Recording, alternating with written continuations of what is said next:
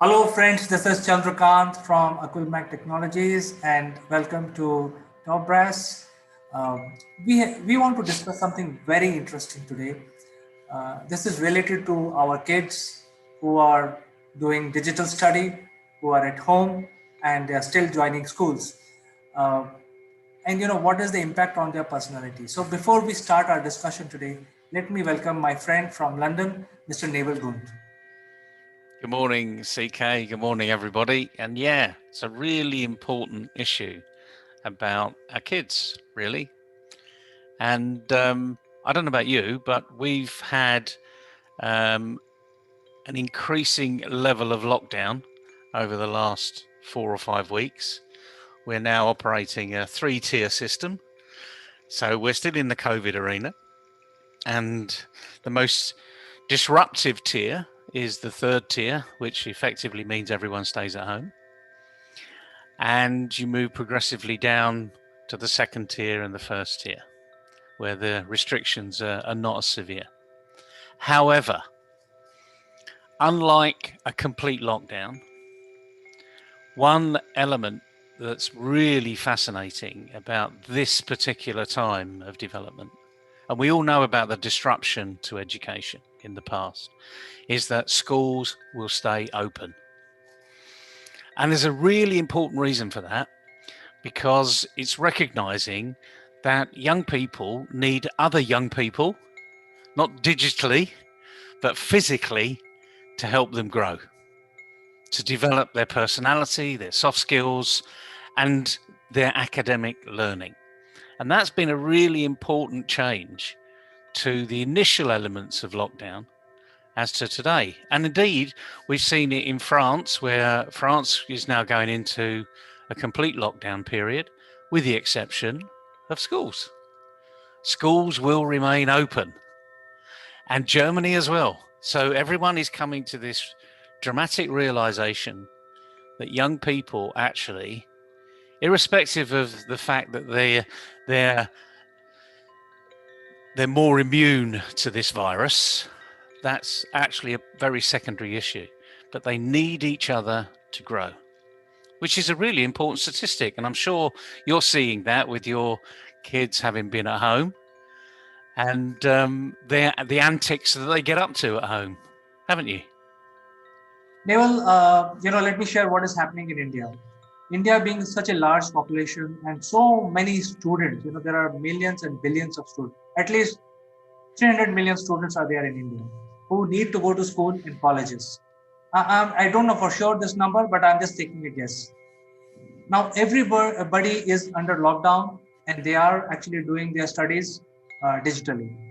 The problem is, in fact, all of us, myself included as a parent, we objected to the school uh, 2 weeks back that this is actually creating a bad situation mentally for the students. So, they can't be there in front of PC from 8:30 till 4 p.m. and with 15 minutes break in between. So finally, from this week, the schools have modified their schedules and they are saying 8:30 to 12:30. However, what about the physical activities? What about knowing their comrades? What about best friends, a circle of friends? So, how they talk to each other about something which is not related to studies. They want to discuss about Star Wars, how they do that. They have seen some TV serial, how they talk about it. So I think these are big challenges which at least in India as a society we are facing big time, and I'm sure this is going to create a big psychological problem for the young students. Well, definitely, and not least anything else. It's not just their education has been disrupted; it's their lives have been disrupted. So it's the focus that they've had while they've been at school.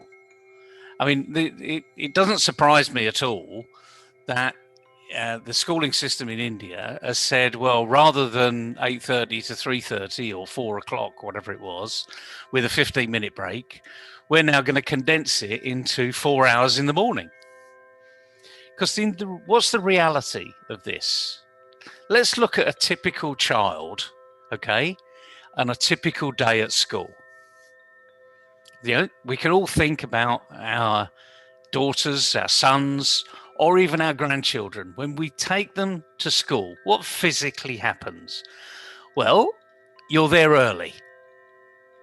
You're not going to get your child there late, are you? I mean, that's for secondary school kids that go on their own.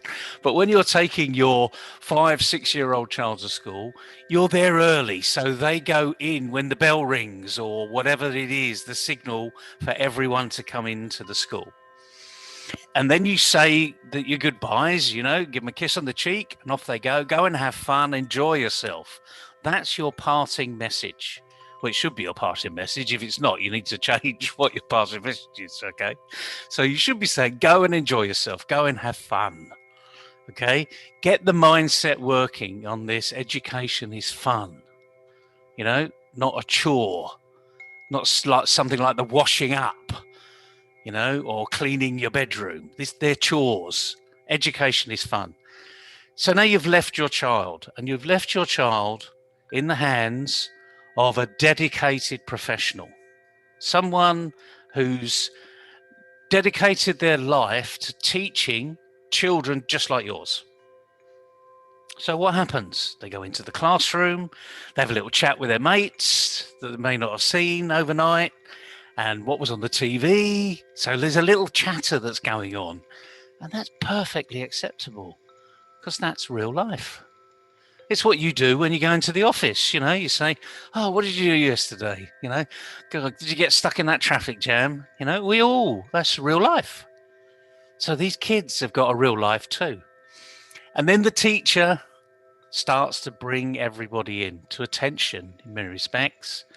Now the formal day starts. And when that formal day starts, throughout your career, you've got about 1 million minutes in school.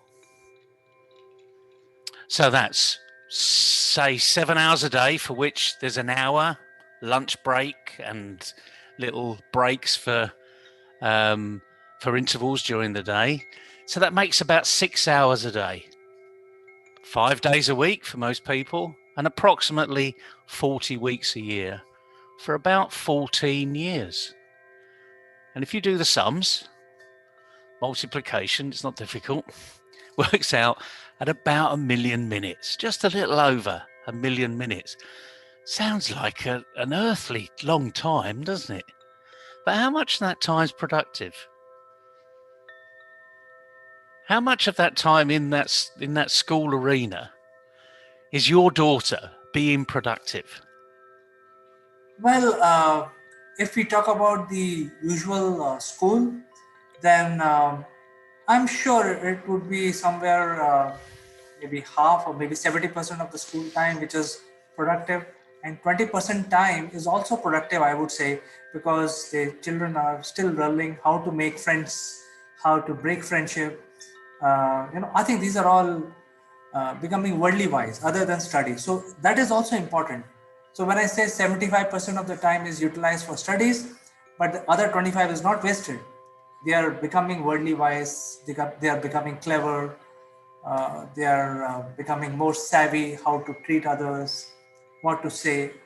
Those are the skills they will learn at school while interacting with their comrades. They will not learn while interacting with parents. So I think I would say 1 million minutes, as you said very nicely, Neville. I think all of it is useful for students in school. And you see me smiling when you're saying about, I'm now thinking about this, It's not 100% productive on education and passing exams. There is this social connectivity, which is why schools are now staying open, despite the fact we've got some tight restrictions during COVID, because it's that connectivity that's really important. Now, in the big world, in our business world, we would call that networking.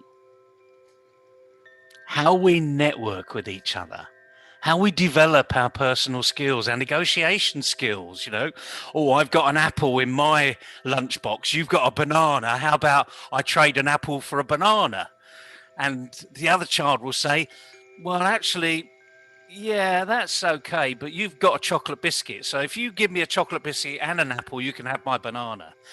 Those are the skills, frankly. And I can remember doing that sort of stuff. This is quite sad, really, but I can remember doing that sort of stuff. And kids do that automatically. You know, they don't realize what they're doing. But it's preferences, it's building preferences, it's negotiation skills, it's communication skills, it's marketing skills. You know, it's sort of saying, yeah, that's okay, but yeah, you've got a chocolate biscuit in there, and I'd much rather have those two than just your apple. I mean, just imagine that conversation going on around the world. We wouldn't have a leadership problem, would we? Frankly, because we'd have the best business networking people in the world. Now, obviously, that doesn't happen all the time, but you've hit the nail on the head. Is it 20%, 25%, 30%? It's somewhere around there. You know, it's approximately a third of the time we're in school where we're networking. And a really good teacher will be encouraging that type of networking, at the same time making sure it doesn't get out of hand. So there probably is a band of where acceptability, so below here we're not having, in between here that's okay, up here I'd prefer to be, you know. So up here is the real learning area. You know, this is where the teacher's got attention on the specific subject. In here is a bit of negotiation, and down here is unacceptable. And of course, in some of the schools where you see a high level of disruption, we're in the lower tier. So unfortunately, the say 30% of acceptable discussion is now closer to 50, maybe 60, or pushing 80. And at that point, that's when learning stops. And that's the problem. So I think the message we got today is there is this collegiate arena where your children, your grandchildren need to be communicating and collaborating with other young people. And even in the digital world, they could be very disruptive. And it's up to our parents now, because they're at home learning, to clamp down on that disruption. What do you think? So, Naval, from this discussion, what I want to tell the ed tech companies, the people who are making so much noise about ed tech today, because the ed tech itself is pushing the boundaries and making fintech as if it is that, you know, as a thing of the past. So I want to appeal to ed tech companies that I think the time is absolutely right. I don't think our children can study in a scenario where they just see the photo of the teacher and just keep listening to her or him. I think the time is right to create an application in the digital world to replicate one is to one experience of a school, so that you create a breakout sessions, you give student ability to make their own circle of friends and so on. I think there is a requirement because none of these school systems are offering that kind of functionality.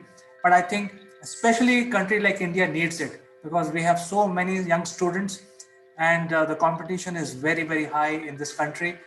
The students started going to school really at 2.5 years of age, because if you have not done your play school, the next school will not take you as a child, because they will say, hey, you have not Yep. done play school, I will not take you in Montessori, for example. I'm just quoting an example. Yep.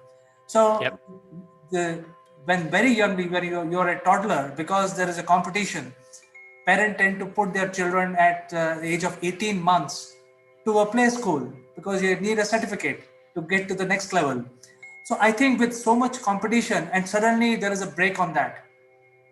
So where is the art of, how the Indian students will compete? how they will learn this art of competition, how they will say that, okay, fine, I've got these 10 best, brightest students as my friends. Where is the pride in saying that?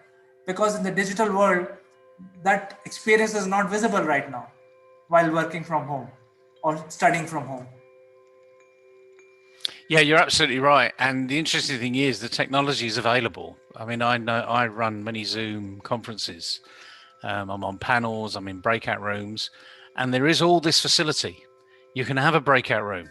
So even though you're in, you know, you could be in a Zoom conference where there are thousands of people, because I've been in those as well, and on a panel in those. But you create breakout rooms. You could have 50, 60 breakout rooms, and you allow people to choose to go into those breakout rooms or not, as the case may be.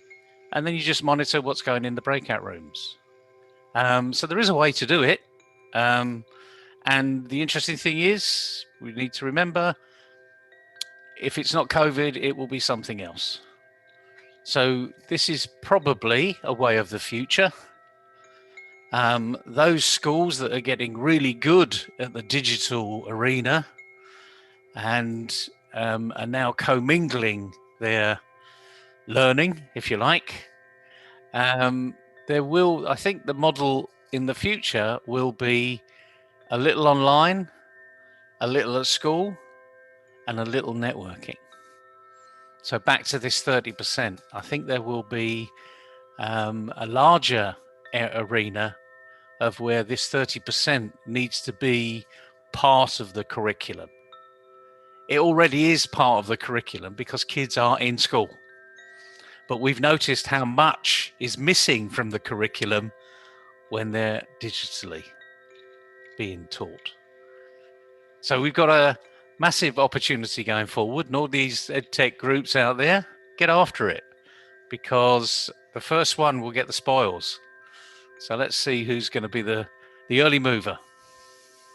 Certainly, Naval, and I think that we had a very nice discussion, but the solution is not in our hand. But I think we have identified the problem areas today in the discussion. I think there is a need for an application which will replicate the physical world into digital world, specifically regarding schools. So, with this message, let us end our discussion today. We will catch up again tomorrow. Good to see you, CK. Have fun, everybody. Bye bye.